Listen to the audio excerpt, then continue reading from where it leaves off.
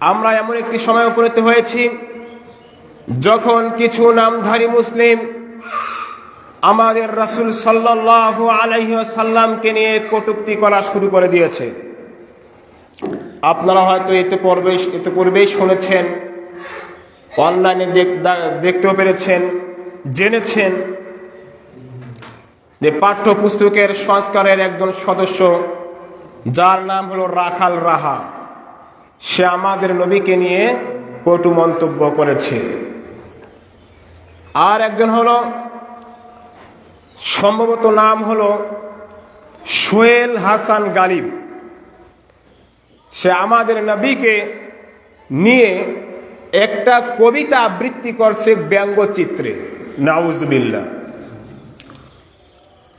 আর একজন জানোয়ার র্যাবের সদস্য, কিছুদিন আগে আমরা জানতে পেরেছি মিডিয়াতে, যে আওয়ামী লীগের আমলে রোজা অবস্থায় আমাদের এক বোনকে, মুসলিম বোনকে ধর্ষণ করেছে স্বামীকে বেঁধে রেখে, অথচ এগুলোর কোনো এখনো ব্যবস্থা নেওয়া হয় নাই। এখনো তারা স্বাধীনভাবে বিচরণ করছে দেশের মাটিতে। যারা আমাদের রাসূল সাল্লাল্লাহু আলাইহি সাল্লামকে নিয়ে কটূক্তি করলো, যারা আমাদের নবী সাল্লাল্লাহু আলাইহি সাল্লামকে নিয়ে কবিতা আবৃত্তি করলো, ব্যঙ্গ করে, যারা আমার বোনকে রোজাদার অবস্থায় ধর্ষণ করলো, সেগুলোর বিচার এখনো বাংলাদেশে চালু হয় নাই। এটা অত্যন্ত দুঃখজনক। অথচ আমরা সবাই মুসলমানের দাবিদার। সম্মানিত উপস্থিতি, আমাদের ঈমান এতটাই নড়বড়ে অবস্থা, আমরা মুখে মিলাদে মিষ্টি মুখে রসুলকে ভালোবাসলেও অন্তর থেকে আমরা রসুলকে ভালোবাসি না। সম্মানিত উপস্থিতি, যদি আমরা আমাদের রাসূল সাল্লাল্লাহু আলাইহি সাল্লামকে দুনিয়ার সব কিছু থেকে বেশি ভালোবাসতাম, তাহলে রসুলের কটূক্তি করার পরে এখনো কেউ জীবন্ত থাকতে পারতো না।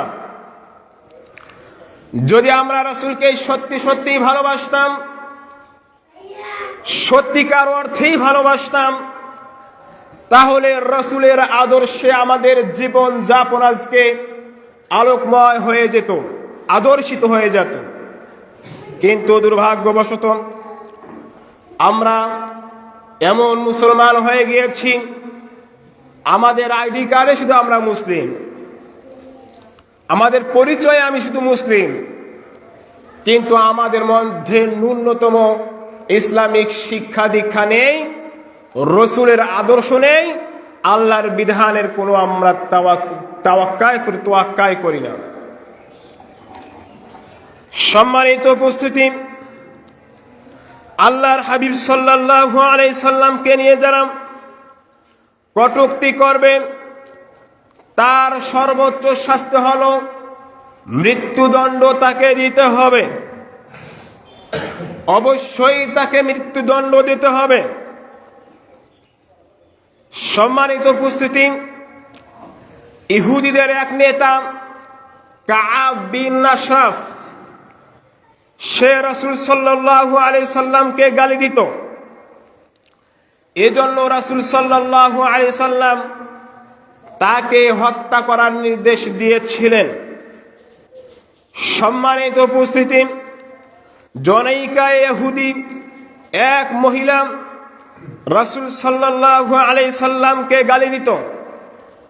তখন একজন মুসলিম তাকে হত্যা করলে রাসূল সাল্লাল্লাহু আলাইহি সাল্লাম তার রক্ত মূল্য দেন নাই, তার বিচারও করেন নাই।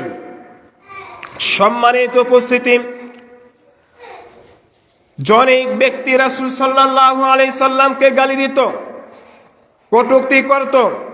তখন রাসূল সাল্লাল্লাহু আলাইহি সাল্লাম বললেন, কে আমার এই শত্রুকে হত্যা করবে?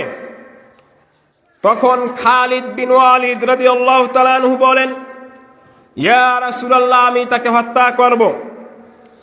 তখন খালিদ রাদিয়াল্লাহু তাআলা আনহুকে পাঠানো হয় এবং তিনি তাকে হত্যা করেন। সম্মানিত উপস্থিতি, একবার দুইজন মহিলা গানের মাধ্যমে নবী করিম সাল্লাল্লাহু আলাইহি সাল্লামের নিন্দা করলেন। রাসূল সাল্লাল্লাহু আলাইহি সাল্লাম তাদেরকে হত্যার নির্দেশ দিয়েছিলেন। সুতরাং যে হাদিসগুলো পড়লাম, শুধু বাংলা আপনাদেরকে শোনালাম, যে রাসূল সাল্লাল্লাহু আলাইহি সাল্লামকে নিয়ে কটূক্তি করবে, যে রসুলকে গালি দেবে, রসুলের ব্যঙ্গচিত্র আঁকাবে, যে রসুল সাল্লাল্লাহু আলাইহি সাল্লামকে নিয়ে ব্যঙ্গ করে, কবিতা আবৃত্তি করবে, গান করবে, তার শাস্তি হলো মৃত্যুদণ্ড। তার শাস্তি কি? মৃত্যুদণ্ড তাকে অবশ্যই দিতে হবে। সম্মানিত উপস্থিতি, তবে মৃত্যুদণ্ড বাস্তবায়ন করবে দেশের সরকার বা দায়িত্বশীল কর্তৃপক্ষ, কোনো ব্যক্তি বা কোনো প্রতিষ্ঠান নয়। তবে কেউ যদি এক্ষুনি হত্যা করে ফেলে, হত্যা করার পর তাকে আদালতে তোলা হয় এবং সে স্বীকারোক্তিও যায় যে আমি তাকে হত্যা করেছি, তাকে কোনো তার কোনো বিচার করা যাবে না। কেননা ইতিপূর্বে আমরা জানতে পেরেছি, হাদিস থেকে আমরা জানলাম যে রসুলের যুগেই সাহাবীরা যারা রসুলকে নিয়ে কি কটূক্তি করেছে তাকে হত্যা করা হয়েছিল। আল্লাহ রসুল পরে তাদের আর কোনো বিচার করেন নাই। সম্মানিত উপস্থিতি, এরই প্রতিবাদে আজকে সারা দেশে প্রতিবাদ মিছিল হবে, পাবনাতেও হবে ইনশাআল্লাহ। আপনারা সেখানে উপস্থিত হওয়ার চেষ্টা করবেন। যারা রসুলকে নিয়ে কটূক্তি করেছে তাদের বিরুদ্ধে আজকে প্রতিবাদ মিছিল হবে ইনশাআল্লাহ। সম্মানিত উপস্থিতি, এই দায়িত্ব আমাদের সকলের। এটি একটি এমন দায়িত্ব, এটি একটি আমাদের ইমানি দায়িত্ব। ইমান আমাদের থেকে দাবি করে যে রাসূল সাল্লাল্লাহু আলাইহি সাল্লামকে নিয়ে যে কটূক্তি করবে তার বিরুদ্ধে নামতে হবে, তাকে হত্যা করতে হবে।